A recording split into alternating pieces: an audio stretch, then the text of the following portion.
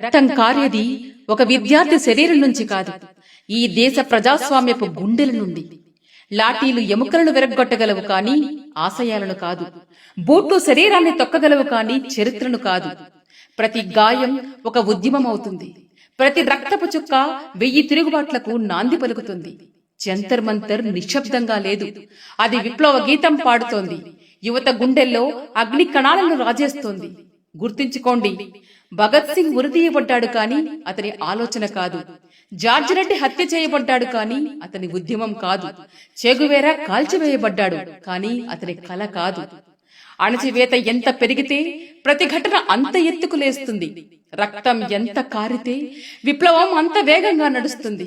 జాగ్రత్త, యువత రక్తంతో తడిసిన నేలపై చరిత్ర ఎప్పుడు నియంతలకు విజయగాథలు రాయలేదు. నవజీవన ప్రియ మెరుగు.